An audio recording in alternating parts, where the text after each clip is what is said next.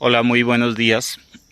Les habla Ramiro Bertieri aquí desde Arbeláez, Cundinamarca, compartiéndoles una panorámica del Cerro del Quinini, que es el cerro tutelar y símbolo de nuestra región del Sumapaz. Hoy quiero hablarles de la interacción que hay entre el plan de desarrollo aprobado por el gobierno nacional y el reto para las nuevas elecciones, las elecciones de octubre.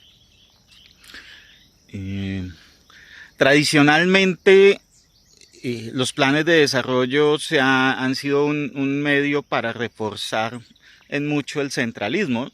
Colombia ha sido un país centralista. A partir de la Constitución del 91 se planteó el reto de la descentralización, pero en la práctica ha sido un poco complejo, pues si bien digamos la descentralización por vía del voto, de la elección popular, pero sigue siendo un país donde el poder central, donde el gobierno nacional tiene mucho poder porque pues en últimas es el gran recaudador de dinero. El presupuesto nacional se compone de múltiples rubros, no todo es impuestos, y en algunos casos, pues, o las otras fuentes de financiación, como por ejemplo son las utilidades de Ecopetrol, como son los impuestos que tienen además ese carácter nacional. Los impuestos regionales también son limitados. Entonces, a la final, lo que sucede es que como el gobierno nacional es el que maneja la chiquera grande, los ministerios y la presidencia, y le transfiere a los departamentos y municipios a través del Sistema General de Participaciones los recursos para que estos funcionen, y con excepción de casos como Bogotá, Medellín, Cali, Barranquilla, el Valle del Cauca, probablemente Santander, las demás regiones viven en unas condiciones precarias. Porque su capacidad de generar rentas es muy pequeña.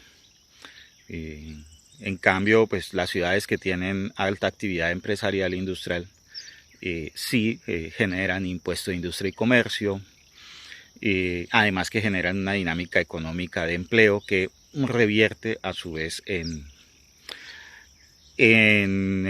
creación de riqueza para esos territorios. Ahí tenemos unos temas complicadísimos, y es cómo construir un país más equitativo, porque definitivamente pues tenemos una concentración de poder económico, político en Bogotá, Antioquia, Atlántico, Valle del Cauca y un poco Santander.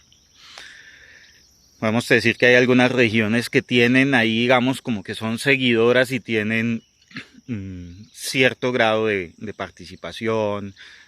Hablemos del eje cafetero, Tolima, Nariño, eh, el Meta de pronto, pero y hay otras regiones que definitivamente pues están marginadas, y dentro de los territorios pues pasa igual, ¿no? Entonces en Cundinamarca, con los más de los 116 municipios que hay, puedo equivocarme en la cifra, eran 116 hasta donde me acuerdo, pues hay algunos que tienen gran capacidad, ¿no? Los de la Sabana, Chía, Zipaquirá, Cajicá, Cota, Soacha, por su población tan grande. Y hay algunos que son supremamente marginados, ¿no? Entonces hay municipios de Cundinamarca como Yacopí, La Palma, Medina, Paimé, eh, Guataquí, que son sumamente pobres. Y esos desequilibrios, pues de alguna manera, el plan de desarrollo plantea unas posibilidades de ir corrigiéndolos. Sin embargo, tenemos un reto fortísimo en las regiones. En las regiones se ha acostumbrado que se eligen personas, eventualmente porque ejercen algún liderazgo, sí, digamos, movilizarse y ejercer un liderazgo es algo importante. Pero también porque son los herederos de un poder, ¿sí? hace un tiempo haciendo un trabajo en unos temas ambientales, me encontré con un fenómeno que sucede aquí, digamos, en las zonas de los municipios cercanos al Magdalena, aquí, no digo en Girardot, sino en la zona cercana a Girardot, en los municipios tanto del Tolima como de Cundinamarca. Y es que en algún municipio me dijeron, no, es que el alcalde y la esposa hicieron un divorcio ficticio un año antes de las elecciones para que la esposa del alcalde se pudiera lanzar y él le entregara la alcaldía. Y luego él se volvió a lanzar y ella le entregó la alcaldía. Y yo, ¿cómo así? O sea, hay un divorcio ficticio, o sea, es una cosa, una afirmación dura. Digo, sí, ellos se inventaron el divorcio porque igual siguen viviendo juntos y todo, pero era el mecanismo para evadir la inhabilidad que existía para que, en su caso, ella pudiera ser candidata. Y como ese podríamos citar montones de situaciones en donde las elecciones están viciadas porque el poder viene del amigo, el poder viene del compinche, el poder viene del hijo de eso. Es malo per se. Yo sí creo que sí, porque finalmente cuando, digamos, se coopta el poder de esa manera, es decir, se considera que el poder es una suerte de título nobiliario que se entrega, pues eso no es democracia, eso es devolvernos más de 250 años a la sociedad feudal que existía cuando aquí dominaban los españoles. Entonces, es casi que declarar que perdimos el tiempo en la independencia porque seguimos siendo feudales. Pero lo segundo y lo más importante, y esto tiene que ver con lo que les menciono del plan de desarrollo, es que el plan de desarrollo está planteando unos retos y unos contenidos que típicamente no se habían visto. El plan de desarrollo hace un énfasis muy fuerte en temas ambientales, en temas como las soluciones basadas en la naturaleza, en temas como la acción preventiva para atender el cambio climático.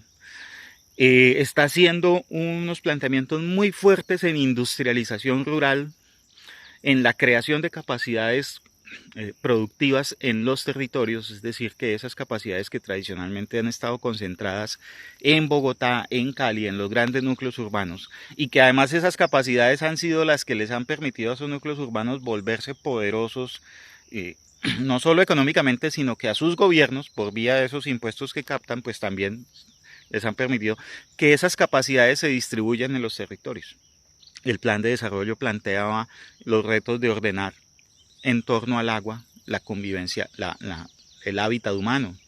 El plan de desarrollo plantea explícitamente, y tal vez después de mucho tiempo y mucho reclamo, unos retos muy concretos en materia de ciencia, tecnología e innovación, y además plantea que justamente el conocimiento sea un instrumento para configurar ese desarrollo.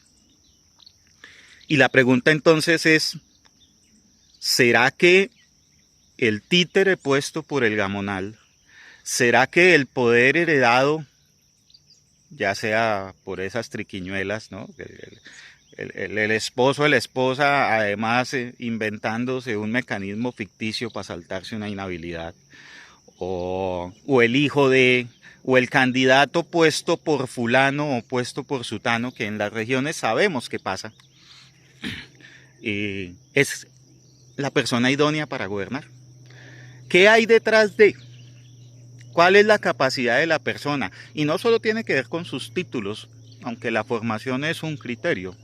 Y uno esperaría que haya profesionales, y ojalá muy buenos profesionales, no gente con título que a la final resulta ser mediocre, sino gente que sea competente. Pero además un poco más, ¿no? Porque sí, hay que liderar, pero bueno, ¿cuáles son las ejecutorias y cuál es la capacidad y que tienen de mostrar? Y sobre todo, ¿cuál es el nivel de conocimiento que tiene sobre estos retos que desde el gobierno nacional se le han planteado al país?